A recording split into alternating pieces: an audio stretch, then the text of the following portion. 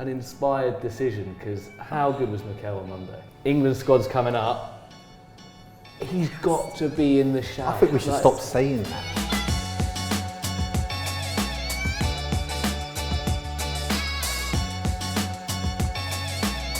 Welcome to the pre-match Pint with London Pride. We're not down at the brewery today, but Bees fans, get yourself down there for 10% off. And joining me for a very happy Pint of Pride this week is the ambassador Marcus Gale and Natalie Sawyer. Cheers both. Cheers, cheers. We're just going to cheers to Monday night. Yeah. What an evening.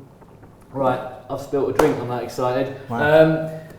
Natalie, as a fan, talk me through the evening and the emotions you went through. I was really nervous, and funnily enough, we were talking about it before we started doing this, and we're all kind of saying, for a lot of us, we didn't really truly enjoy it in some ways, and maybe it's only now that we're starting to think, wow, that was actually a really fantastic night. And yeah, it was a funny game for me. I enjoyed the first 5 minutes, it was brilliant, and then the rest of that first half, after we scored, I felt like I was biting my fingernails, because I kept thinking, why have we allowed them back in, having made such a fast start and strong start?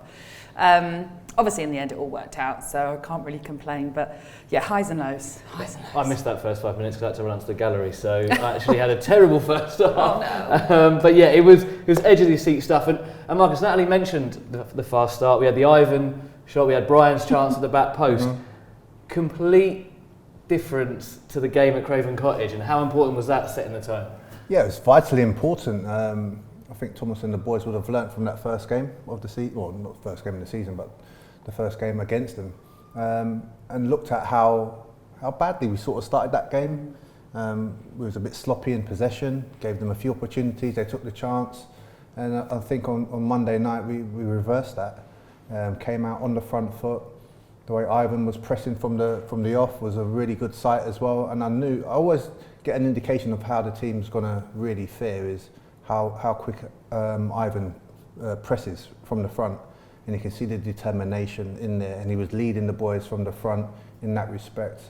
And we got the deserved first goal as we was trying to expect, and it just set the tone a bit. And I'm going to go back to pre-game and when the team news came in, and I'm going to say this is a bit of a theme with Thomas these days. Right. Big games. You see a little check, like United at home here, and then was like, Mads Roslev at centre-half here. And obviously Mikel Damsgaard only his second start, and I know there would have been a few people going, right, I would have expected Josh or Vita in there. Yeah. But Natalie, what an inspired decision, because how good was Mikel on Monday? Well, that is best game, I would say. And yeah, like you and like many fans, I was thinking, this is bold, what's he doing? Why are you mixing it up? Not dramatically, but changing. There's nothing against Mikel, it's more like we've seen how well Vita and Josh have done lately. Yeah, exactly. And you feel like with Damsgaard, he's still sort of making his way in the Premier League and within the Brentford team.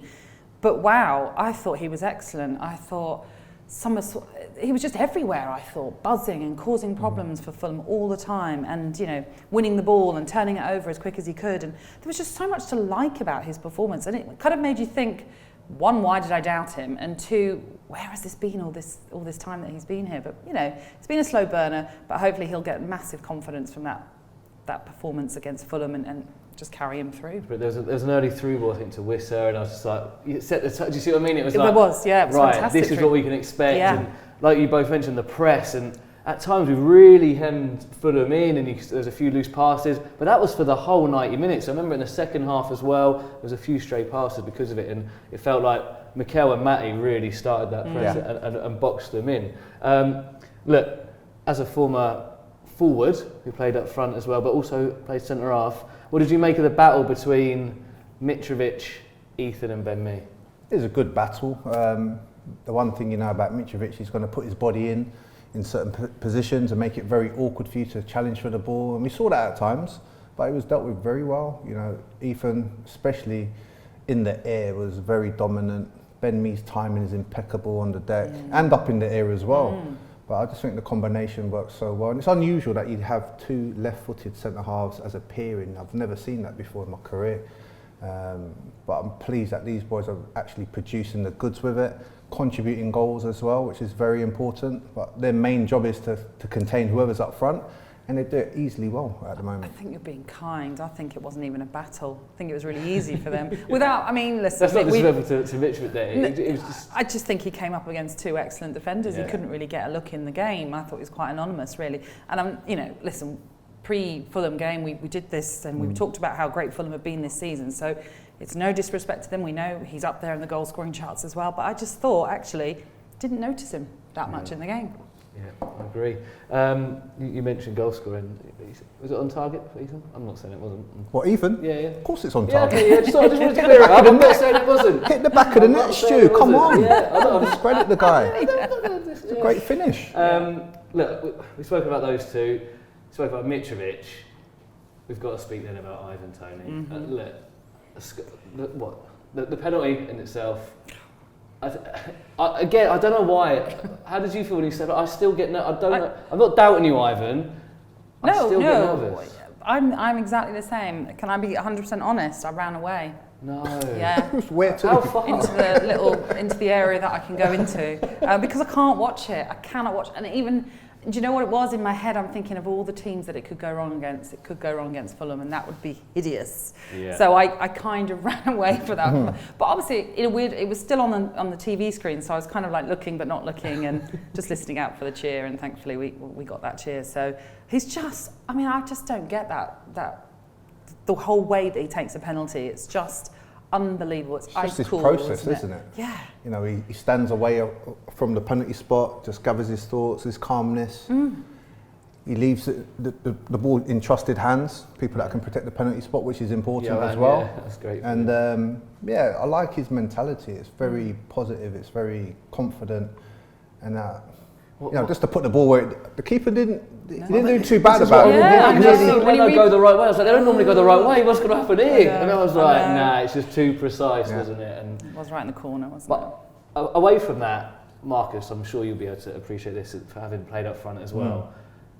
I just thought he was absolutely unplayable again, bringing the ball down, bringing people into play. We saw it in particular for Matty's goal where there was a bit of a stray ball in the air and he just gets himself in the right place, brings it down, lays it off to Matty, and then plays in Kevin, and Matty goes, it's getting better every week in my opinion. It's the complete sort of performance we're seeing out of Ivan.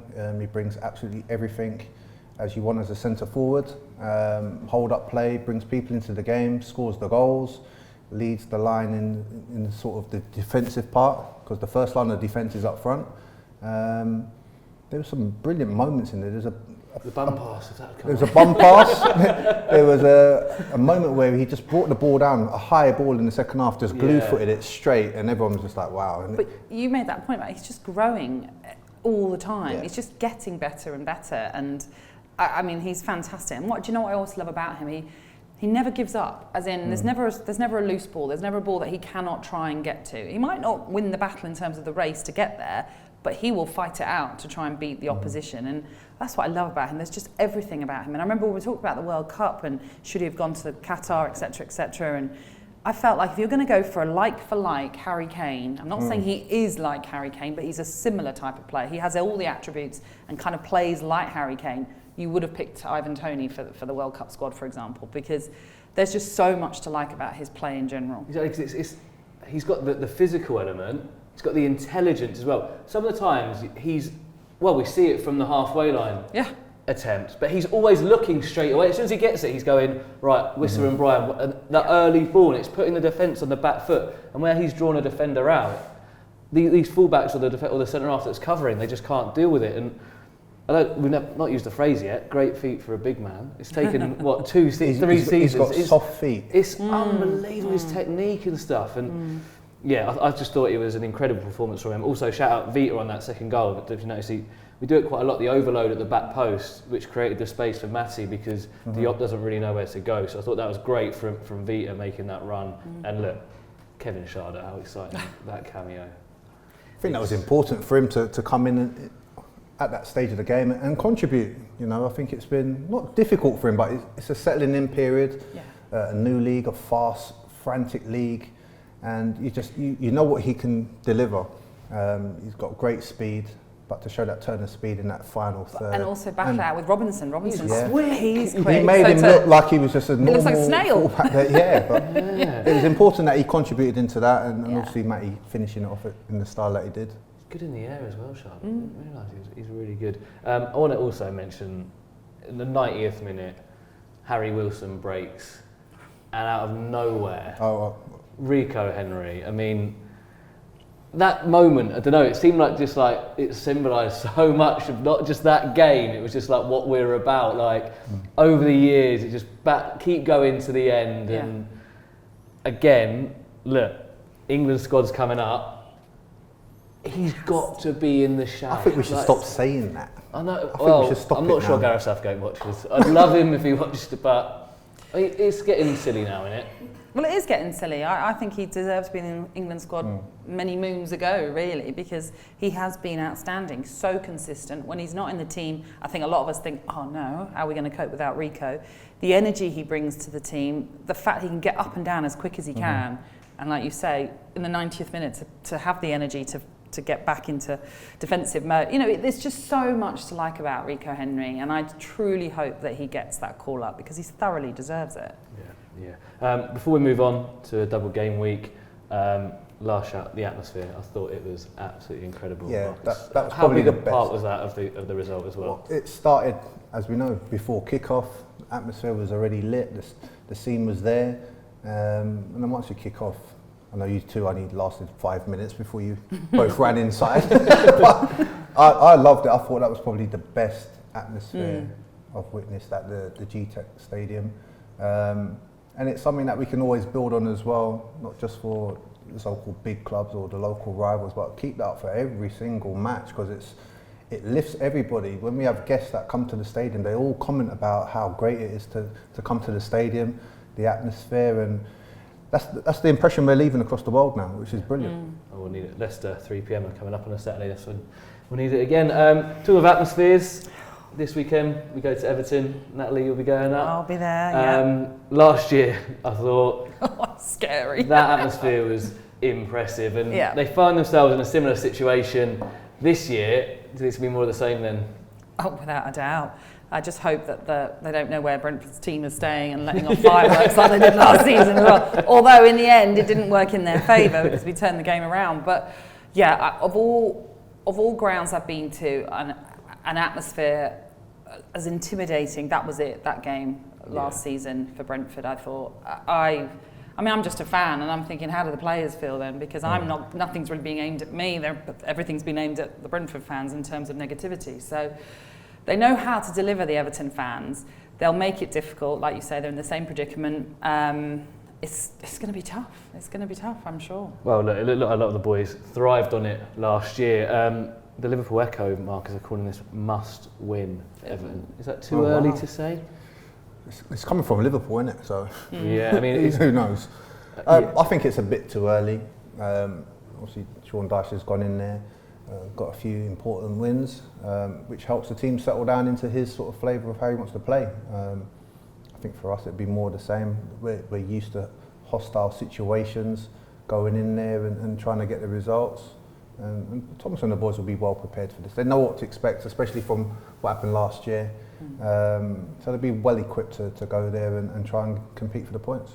Natalie, what have you made of the job that Sean Dyche's done? Because a lot of people have said he's been unfortunate that he's come in after the window that they had, where they lost obviously Gordon, who was key to a lot of their attacking prowess, and it's a tough job, and it was also a job that comes with a lot of pressure because Everton over the years, I mean, I can remember when they won the league not too long ago. I know it seems silly, but they've had so much success there, and it's a high pressure role, isn't it? And there's the thought of relegation doesn't enter.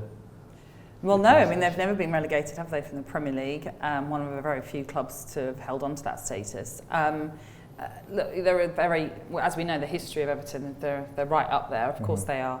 They are a team, though, actually, that have battled relegation quite a fair bit in their time in the Premier League as well. Yes, Sean Dyche came in, got a really important win, as we know, over Arsenal. That was a fantastic win. Unlucky to not really be backed in the transfer window at all. You mentioned that obviously they lost Gordon, which was a massive loss. And they've had issues goal scoring. That's their biggest problem, unfortunately for them. Yes, they scored 2 against Forest, but I mean, they don't tend to score that many goals in a game. So we've just got to make sure if they do score, we outscore them. It's as simple as that, which we are more than capable of doing. I'm not really sure on the job that Sean Dyche has done as yet. I kind of think it's a middle of the road as of yet. The good thing for any team who's battling it down the bottom is no one is out of it. It's still incredibly tight. You're talking just a few points, so that Everton are certainly a win away from moving out of the relegation zone. So there's still much for them to play for. So they're not out of it, but they'll make it difficult. I think that most fans of clubs, when they're in that kind of situation, they want to see things tightening up slightly more. And barring the Arsenal game, to be fair, they have done, and you want to see a bit of fight, didn't you? And if anyone saw that Forest game, there was a hell of a lot of energy and battle in that. We have got to wrap it up. Jamie is telling me to move on, Marcus. I was going to come to you about Southampton, but he's the boss. He is the gaffer. Bees fans, if you are heading up this weekend, safe journey up. And we want to know your favourite moment from that big win on Monday. That's it for this week. One last cheers to the Fulham game, shall we? Yeah. Yes. Reds.